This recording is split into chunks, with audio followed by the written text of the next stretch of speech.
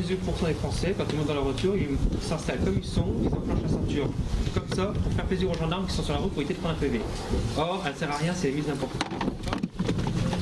Voilà ce qui se passe lors d'un tonneau si la ceinture n'est pas correctement attachée. Vos impressions? Écoutez ça, grave. Bon, maintenant on va faire la bonne façon. La bonne façon, attacher la ceinture sous le manteau et éviter les vêtements amples pour conduire.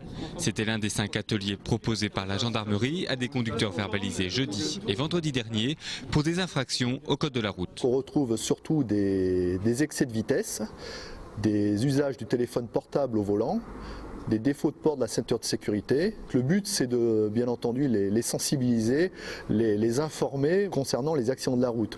Donc on leur passe un film choc sur les accidents, où on voit des gens amputés, des gens décédés, donc ça doit les marquer. C'est du réel, c'est absolument tiré d'images tournées par les pompiers de l'Essonne. Dans quelle situation on se retrouve pour un téléphone portable, pour l'usage d'un téléphone portable ou un excès de vitesse ou pour certains qui minimisent leur consommation d'alcool. Sur 80 conducteurs verbalisés dans l'arrondissement de Troyes, 67 ont répondu présents à ce stage facultatif de sécurité routière. En contrepartie des 3 heures passées à réviser le code et connaître les conséquences d'une vitesse ou alcoolémie excessive, ces automobilistes ont été exonérés de l'amende et du retrait de points. Ils reçoivent à l'issue du stage un rappel à la loi. Ça nous amène à réfléchir et puis à peut-être changer nos habitudes. C'est quoi? C'est des mauvaises habitudes qui avaient été prises?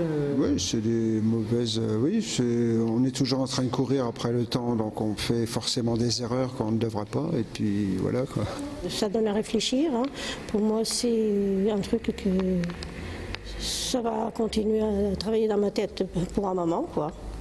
Les pompiers également participaient à cette journée d'information, une opération menée de concert entre les services de police et de gendarmerie, mais qui doit rester exceptionnelle. La répression est quand même une forme de prévention, donc ce genre d'opération, non, on ne peut pas le renouveler souvent, bien entendu. Et même si le bilan de sécurité routière est plutôt positif par rapport aux années précédentes, il ne faut pas oublier que depuis le début de l'année, 13 personnes sont mortes sur les routes auboises.